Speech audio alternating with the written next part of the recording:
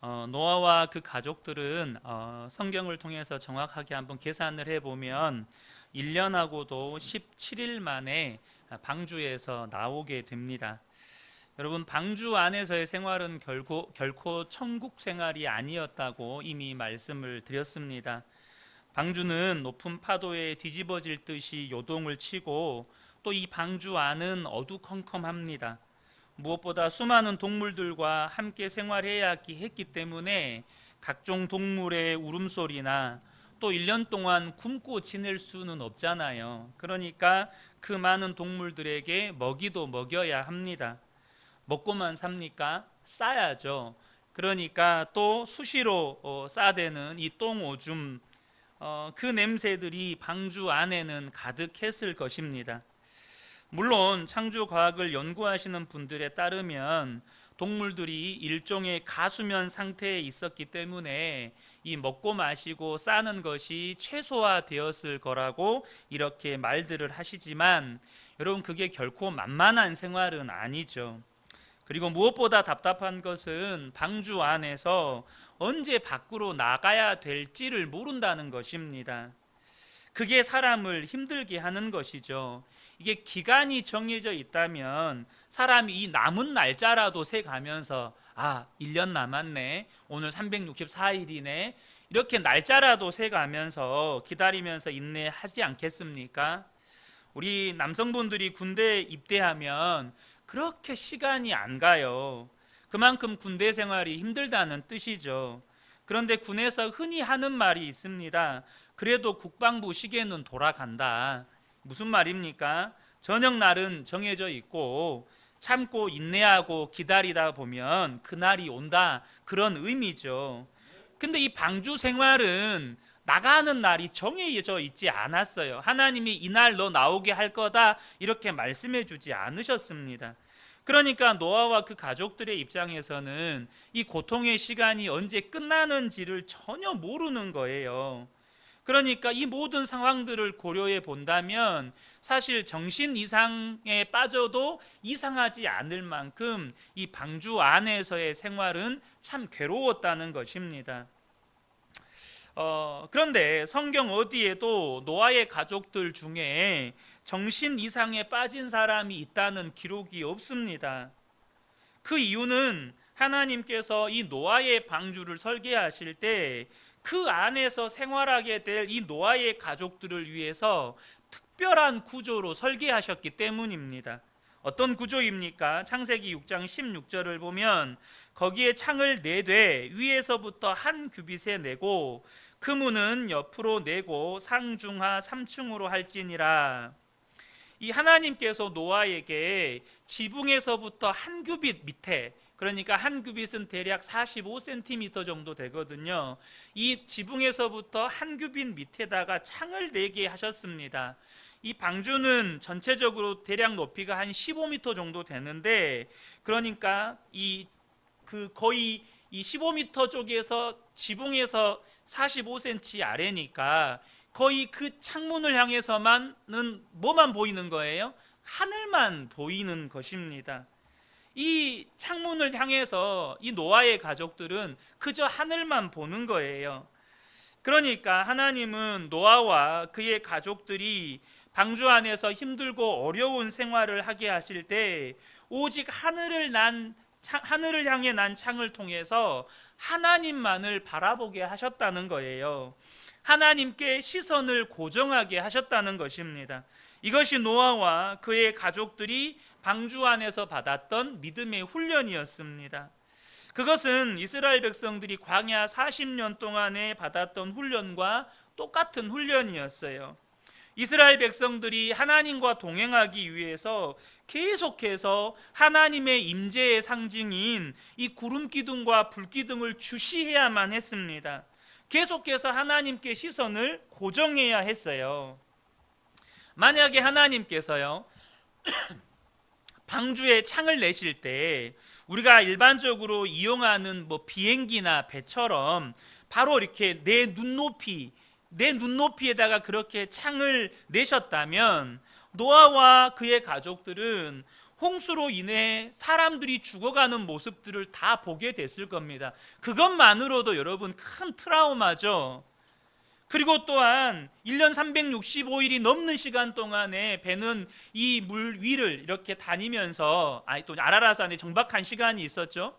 이렇게 그 물 위에서 방주를 덮쳐오는 파도를 수시로 보는 거예요.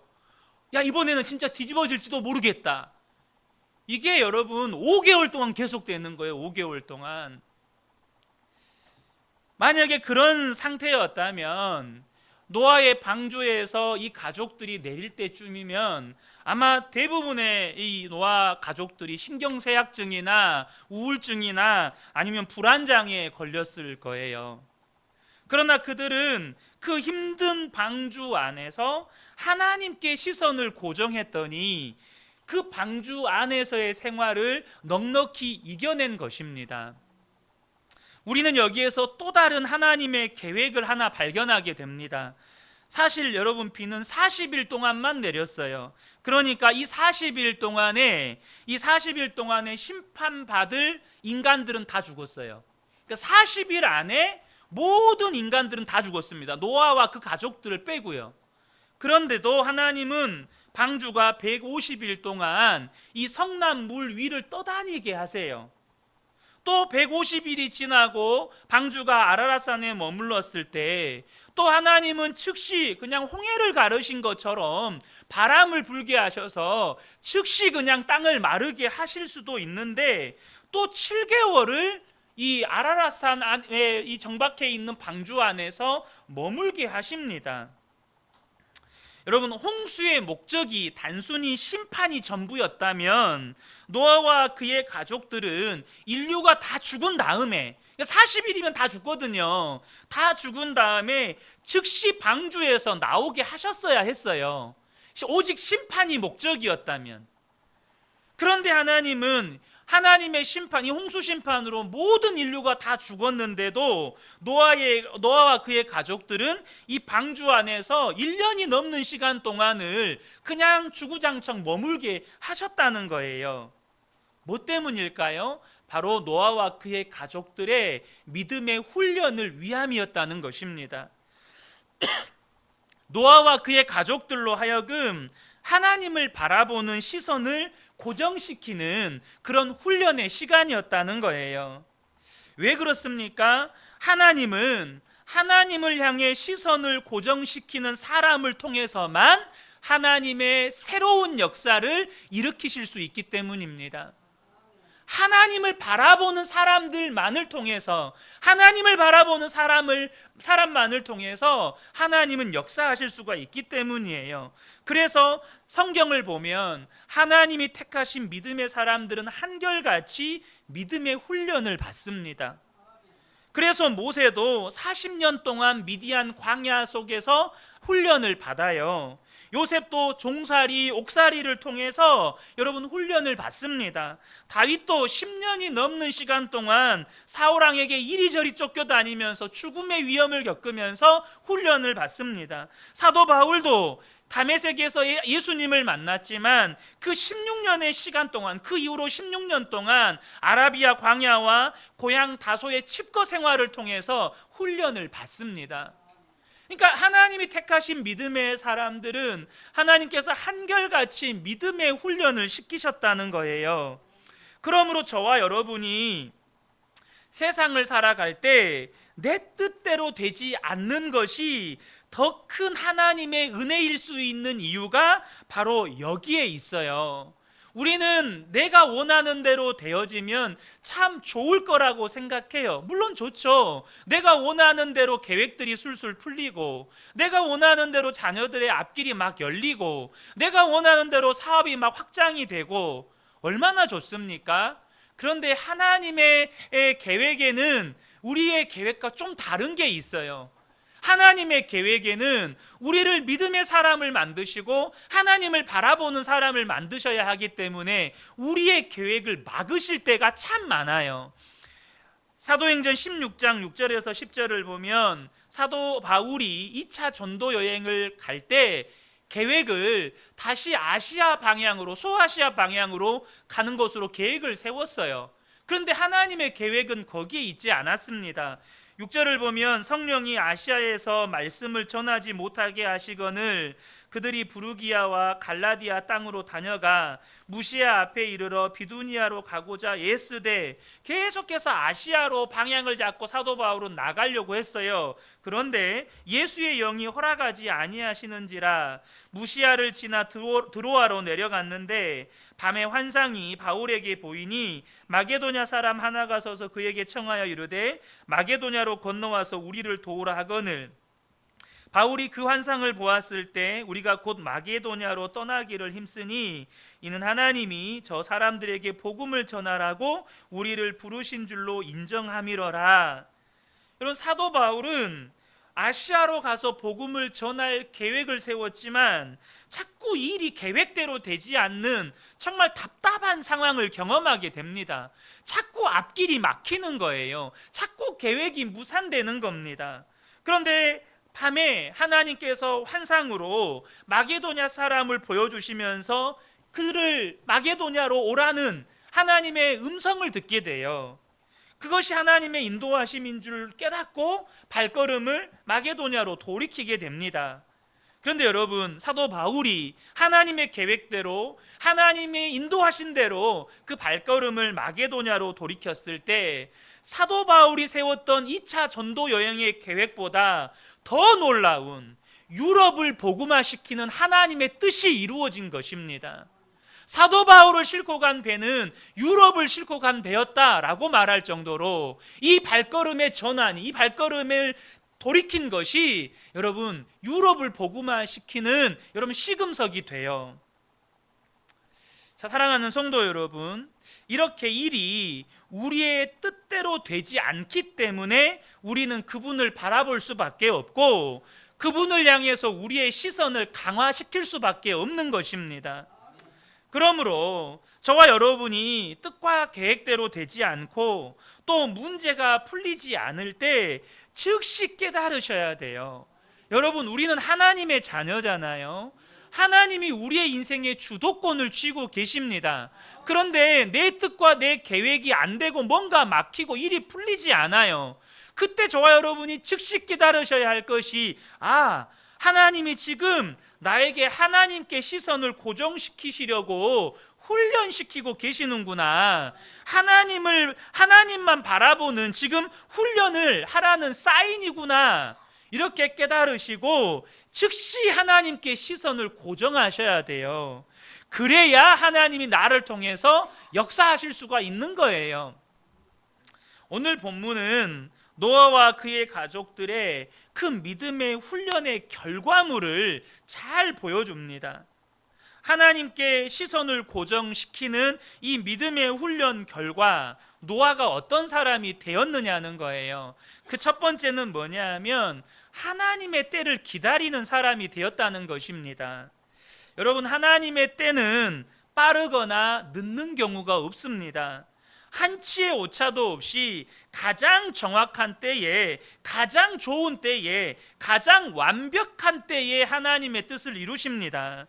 문제는 하나님의 시간과 우리의 시간이 맞지 않는 경우가 정말 많아요. 내가 원하는 때와 하나님이 이루시는 때가 다를 때가 너무 많다는 겁니다. 이것이 우리의 괴로움인데요. 하나님의 시간과 우리의 시간이 맞지 않는 것보다 더 큰 문제는 하나님의 때를 기다리지 못하는 우리의 조급함입니다. 하나님의 때와 우리의 때가 맞지 않는 게 문제가 아니에요. 원래 안 맞아요. 마치 로또와 같죠? 안 맞아요. 하나님의 때와 우리 때는 절대 잘 안 맞습니다. 그러면 원래 그런 것에 여러분 왜 그렇습니까? 따질 일이 아니에요. 그럼 뭐가 문제죠? 하나님의 때를 기다리지 못하는 우리의 조급함이 문제라는 것입니다. 우리의 조급함이 자주 어디에서 경험됩니까? 바로 가정이죠. 이렇게 하지 않으면 아이가 학업에 뒤처질 것 같고 다른 아이들보다 뒤처질 것 같고, 이렇게 하지 않으면 아이가 나쁜 길로 갈 것 같고, 이렇게 해야 아이의 신앙이 좋아질 것 같고, 이렇게 해야 아내나 남편이 바뀔 것 같고, 이렇게 해야 우리의 가정이 더 좋아질 것 같고, 그래서 우리의 조급함으로 인해서 뭔가를 시도하지만 오히려 그것으로 인해 더 큰 문제가 생기게 되고, 또 자녀들과의 관계나 부부 관계가 더 악화되는 경우를 우리가 얼마나 많이 경험합니까? 그때 그 말을 참았어야 했는데, 그때 그렇게 하지 말았어야 했는데, 내 조급함이 관계를 깨트리고 더 큰 문제를, 더 큰 실수를 가져오기도 하죠. 성경에서 조급함의 대명사 하면 사실 야곱이 떠오릅니다. 야곱은, 이건 제 추측입니다, 엄마 뱃속에서부터 첫째 아들로 태어나고 싶었던 것 같아요. 그런데 그게 안 되니까 형 발 뒤꿈치라도 잡고 태어나야겠다 싶어가지고 형 빨리 못 나가게 하려고 했는지, 아니면 이렇게 형이랑 같이 나가면 나를 똑같이 형하고 똑같은 동급으로 취급해 줄지 이런 생각을 했는지는 모르겠지만 어쨌든 형 발뒤꿈치를 잡고 나옵니다. 그럼에도 불구하고요, 여러분, 하나님은 야곱이 형보다 더 큰 복을 받게 될 거라고 이미 말씀해 주셨어요. 창세기 25장 23절에 여호와께서 그에게 이르시되 두 국민이 내 태중에 있구나, 두 민족이 내 복중에서부터 나누이리라. 이 족속이 저 족속보다 강하겠고 큰 자가 어린 자를 섬기리라 하셨더라. 형 에서가 야곱을 섬기게 될 거라고 하나님께서 이미 말씀해 주셨어요. 이 복은 단순히 아버지 이삭으로부터 받는 장자의 복이 아닙니다. 하나님이 약속해 주신 복이에요. 그러니까 그 약속을 믿고 기다리면 반드시 받을 복이에요. 아멘이십니까? 여러분, 하나님이 약속해 주셨으니까 그 약속 믿고 기다리면 반드시 받게 될 거였어요. 그런데 야곱이 못 기다려요. 어떻게든 형이 받을 이 장자의 복도 가져오고 싶었어요. 그래서 어떻게 합니까? 형과 아버지를 속여서 장자의 축복을 가로챕니다. 그 일로 형의 분노를 사서 이제 고향을 등지고 삼촌 라반의 집으로 도망을 가죠. 여러분, 그 조급함으로 인해서 야곱은요, 죽을 때까지, 그러니까 어머니가 돌아가실 때까지 어머니의 얼굴을 보지 못합니다. 또 삼촌 라반의 집에서 이제 좀 한동안 숨죽이고 살았는데 그 조급함의 본성이 어디 갑니까? 슬슬 본성이 올라오기 시작하는 거예요. 삼촌의 재산은 늘어가는데 자기는 고생만 하고 재산을 쌓은 게 없죠. 그래서 이제 삼촌의 가축을 품삯으로 받기로 계약을 했는데 어떻든지 살찌고 건강한 짐승들은 자기 걸로 만들려고 어떻게 하죠? 꾀를 부립니다. 창세기 30장 41절 42절에 튼튼한 양이 새끼 뵐 때에는 야곱이 개천에다가 양떼의 눈앞에 그 가지를 두어 양이 그 가지 곁에서 새끼를 베게 하고, 약한 양이면 그 가지를 두지 아니하니 그렇게 함으로 약한 것은 라반의 것이 되고 튼튼한 것은 야곱의 것이 된지라. 여러분들이 여기서 이 말씀이 참 이게 이게 말이 되냐? 무슨 버드나무 가지를 그 앞에 갖다 놓는다고 해서 튼튼한 양이 그 가지 앞에서 짝짓기를 하면 얼룩덜룩한 것이 나오고, 약한 것이 그 가지 앞에서 짝짓기를 하면 이 허약한 그 원색의 가축들이 나올 수 있느냐? 당연히 유전적으로 이것은 말이 안 되죠. 이 말은 뭘 말하는 겁니까? 하나님이 약속하신 대로 야곱에게 복을 주셨다는 거예요. 야곱이 그런 꾀를 내었기 때문에 그가 건강한 가축이 자기 재산이 된 게 아니고 하나님이 복을 주셔서 그렇게 야곱이 그런 복을 누리게 됐다는 의미입니다. 그런데 어쨌든 야곱이 이렇게 조급함으로 꾀를 내니까 어떻게 돼요? 이제 라반의 사촌들이죠. 라반의 자식들에게 미움을 사고 삼촌 라반에게 미움을 사고 점점점 라반의 눈빛이 심상치가 않아요. 그래서 결국 가축과 가족들 다 데리고 삼촌 라반으로부터 도망칩니다. 또 살자고 도망쳐요. 여러분, 우리의 조급함은 언제나 이런 문제를 가져옵니다. 이런 갈등을 가져오고 실패를 가져오고 관계의 깨짐을 가지고 옵니다. 성경은 이런 조급함에 대해서 뭐라고 말씀하십니까? 잠언 29장 20절에 네가 말이 조급한 사람을 보느냐? 그보다 미련한 자에게 오히려 희망이 있느니라. 그러니까 성경은 미련한 자보다 더 희망 없는 사람이 조급한 사람이라는 거예요. 차라리 미련한 게 낫다는 거예요. 미련하면 안 하잖아요. 근데 차라리 조급한 것보다 미련한 게 낫다는 거죠. 그런 조급함을 통해서 고생을 반복했던 야곱이 가나안 땅으로 돌아오는데 형 에서가 장정 400명을 이끌고 온다는 소식을 듣게 됩니다. 이제는 도망칠 곳도 없어요. 예전에 형 속였을 때는 삼촌 집으로도 도망쳤고 삼촌한테 사기쳐 먹었을 때는 다시 가나안 땅으로도 도망쳤는데 이제 더 이상 도망칠 곳이 없어요. 막다른 골목에 몰린 겁니다. 그때 비로소 깨닫습니다. 하나님만 복이다. 하나님만 복이시다. 이걸 깨달은 겁니다. 그래서 야복강가에서 밤이 새도록 하나님의 천사와 씨름하면서 하나님을 붙잡고 늘어집니다. 왜요? 하나님만 복이시니까. 하나님을 놓치면 자기는 그냥 인생 망하는 거니까. 뭘 말하는 겁니까? 거기에서 비로소 하나님을 온전히 대면했습니다. 다시 말하면 비로소 하나님을 바라보는 눈이 거기서 띄었다는 거예요. 물론 그 모든 시간은 야곱의 믿음의 훈련의 시간이었어요.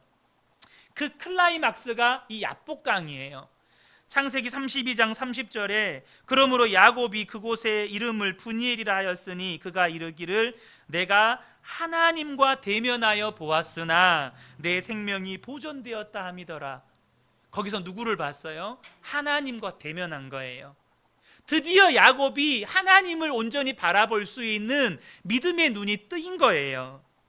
하나님께 시선을 고정하는 훈련을 제대로 받은 거죠. 야곱은 이제 하나님의 때를 기다리는 사람이 되었습니다. 그게 어디서 드러납니까? 세월이 흘러서 야곱의 아들 이 요셉이 애굽의 총리가 돼요. 근데 7년 풍년이 끝나고 7년 대흉년이 시작이 됩니다. 얼마 가지 않아서 야곱이 살던 가나안 땅에도 양식이 다 떨어져요. 그런데 애굽에 식량이 있다는 소식이 들려옵니다. 여러분, 야곱이 이 소식을 들었잖아요. 예전 같았으면 당장의 식구들 다 데리고 애굽으로 내려갑니다. 예전에 야곱 같았으면 당장에 식구들 야, 다 짐 싸라, 우리 다 애굽 간다, 다 데리고 내려갑니다. 그런데 야곱이 자기 아들들만 보내서 식량을 사오게 합니다. 왜요? 가나안 땅이 비록 이 대흉년으로 말미암아 먹고 살 것이 없음에도 불구하고 이곳이 하나님이 약속한 땅이라는 믿음이 있기 때문이에요. 안 떠납니다. 떠나지 않아요. 여러분, 아브라함도요, 가나안 땅에 막 도착했을 때 흉년이 들자 어떻게 합니까? 애굽으로 피신해요. 이삭도 그랬습니다. 그런데 여러분, 야곱이요, 대흉년이 들었는데도 안 떠나요. 뭐 하고 있는 거예요? 하나님만 바라보고 있는 거예요. 그런데 그 일련의 과정 속에서 자기 아들이 살아있다는 소식을 듣게 돼요. 애굽의 총리래요. 그래서 총리가 타는 마차를 보내가지고 아버지와 식구들 다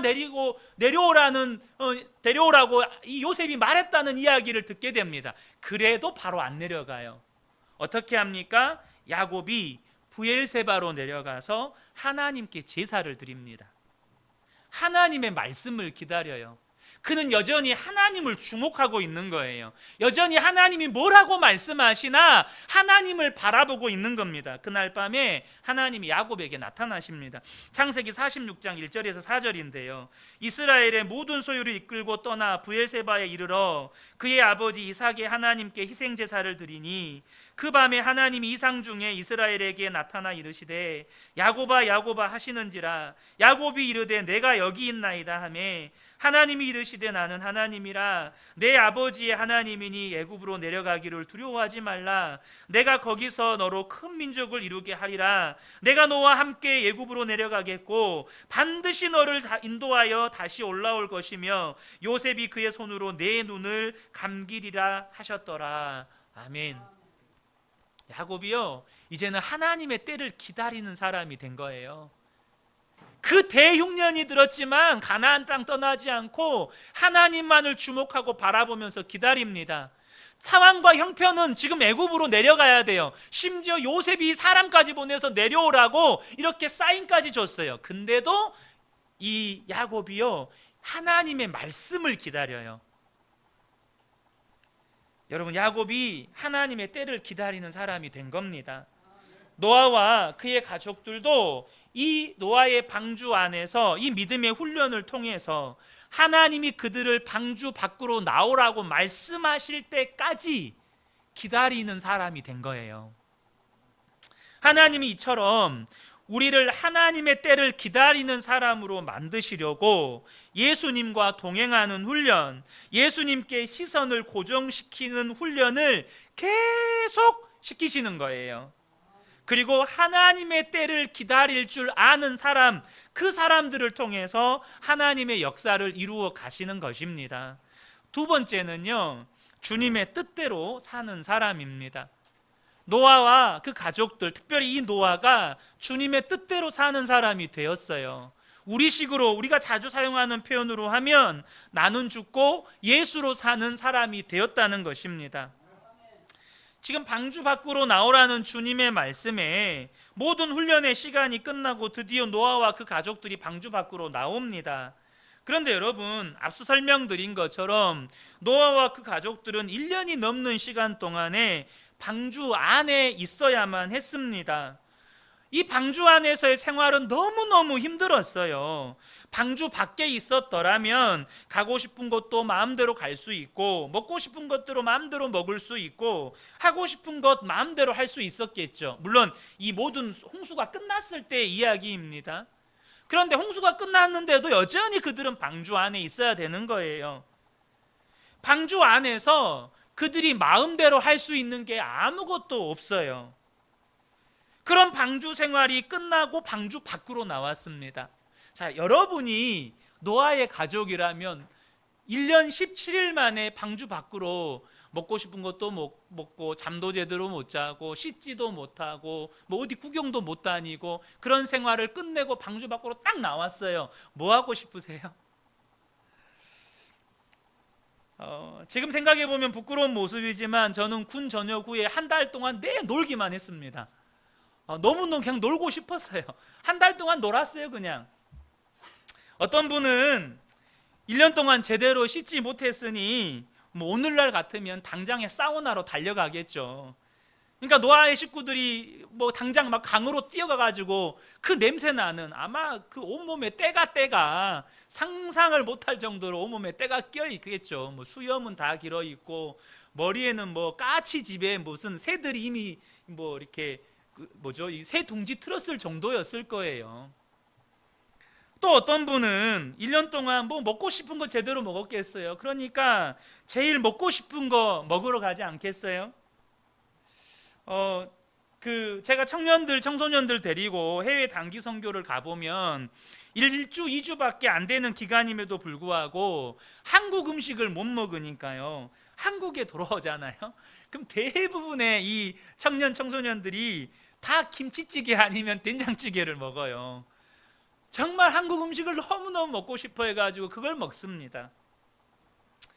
또 어떤 분은 그동안 가고 싶은 곳, 보고 싶은 곳 제대로 못 가고 못 봤으니 그런 거 여기저기 보려고 구경 다니지 않겠어요? 그런데 이 노아는 방주 밖에 나와서 처음으로 한 일이 뭐였냐면 오늘 본문에 하나님께 제단을 쌓아서 번제를 드리는 일이었습니다. 20절입니다. 노아가 여호와께 제단을 쌓고 모든 정결한 짐승과 모든 정결한 새 중에서 제물을 취하여 번제로 제단에 드렸더니, 여러분, 노아가 하고 싶은 일이 얼마나 많았겠어요? 또 먹고 싶은 것은 얼마나 많았겠습니까? 가보고 싶은 것도 있지 않았겠어요? 우리 집 그대로나 있을까? 우리 고향 제대로나 그 형태라도 남아있기나 할까? 그런데 제일 먼저 한 일은 하나님께 예배를 드리는 일이었습니다. 이 제단이라고 하는 히브리어는요, 잡는다, 죽인다, 희생시킨다 라는 동사에서 나왔습니다. 여러분 생각을 해보십시오. 노아는 1년 17일 만에 그 고통스럽고 힘든 방주에서 나와서 자기가 하고 싶은 것이 수없이 많음에도 불구하고 자기가 하고 싶은 것을 하지 않고 하나님 앞에 무릎을 꿇고 예배를 드렸다고 하는 것은 자기 마음대로 하고 싶은 자아가 죽었다는 거예요. 노아가 제단을 만들고 제물을 취하여서 번제로 제단에 드립니다. 여러분, 그 제물의 희생은 이 제사를 드리는 당사자인 노아의 자아의 죽음을 의미하는 거예요. 단순히 그냥 제물의 희생을 말하는 게 아니라 자기 마음대로 하고 싶은 그 노아의 자아의 죽음을 의미하는 것입니다. 노아는 나오자마자 자기가 하고 싶은 것이 수없이 많았음에도 불구하고 자기 뜻대로 하고픈 자아가 하나님 앞에 먼저 죽었어요. 하나님께 시선을 고정하는 믿음의 훈련을 통해서 노아는 자기를 부인하고 자기 십자가를 지고 주님을 따르는 사람이 된 거예요. 마태복음 16장 24절에 이에 예수께서 제자들에게 이르시되 누구든지 나를 따라오려거든 자기를 부인하고 자기 십자가를 지고 나를 따를 것이니라. 여러분, 이런 관점에서 볼 때 예배란 무엇입니까? 자아가 죽는 것입니다. 내 마음대로 살고 싶은 내가 하나님 앞에서 죽는 시간이에요. 그래서 저와 여러분이 주일 예배를 제대로 드렸다고 한다면 죽은 나를 통해서 내가 하고 싶은 대로 내 마음대로 하고 싶어하는 내가 죽었어요. 그렇게 죽은 나를 통해서 역사하시는 하나님을 의지해서 우리는 한 주라고 하는 이 고개를 주님과 동행하면서 멋지게 살아갈 수 있는 거예요. 여러분, 이 예배가 여러분의 자아가 죽는 시간이 되시기를 축복합니다. 나는 죽고 예수로 살게 되는 시간이 되시기를 축복합니다. 노아가 그렇게 하나님께 제물을 드렸더니 하나님은 그 제물의 향기를 받으셨대요. 21절에 보면 여호와께서 그 향기를 받으시고 라고 말씀합니다. 여러분, 근데요, 짐승 태울 때는 절대 향기 안 납니다. 역한 냄새가 나죠. 무슨 짐승을 태웠다고 향기가 나요. 노린내부터 시작해서 여러분 엄청 안 좋은 냄새가 나요. 근데 하나님께서는 그것을 향기라고 하시고 그 향기를 기쁘게 받으셨대요. 무슨 말입니까? 그 말은 제물의 향기를 받으셨다는 말이 아니고 노아가 1년 17일 만에 나왔음에도 불구하고 자기 마음대로 하고 싶은 자아를 하나님 앞에서 죽이는 노아의 중심을 하나님께서 향기로 기쁘게 받으셨다는 거예요. 여러분, 어떤 예배를 하나님께서 기쁘게 받으실까요? 자아가 죽는 예배예요. 내 뜻이 죽는 예배입니다. 내 계획이 죽는 예배예요. 내가 원하는 것이 하나님의 뜻 앞에서 죽어지는 예배가 하나님이 진짜 기뻐하시고 받으시는 예배라는 겁니다.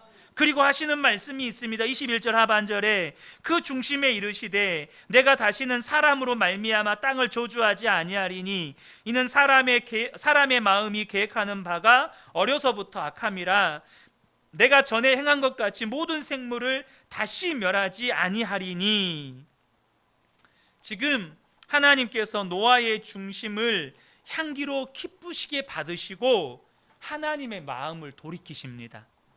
내가 다시는 인생들을 물로 심판하지 않겠다. 여러분, 참된 예배는요, 하나님의 마음을 감동시킵니다. 참된 예배는 하나님의 마음도 돌이키게 합니다. 심판을 품으셨던 하나님의 마음을 용서로 바꾸시고 새로운 미래를 여시는 하나님의 마음으로 바꾼다는 거예요.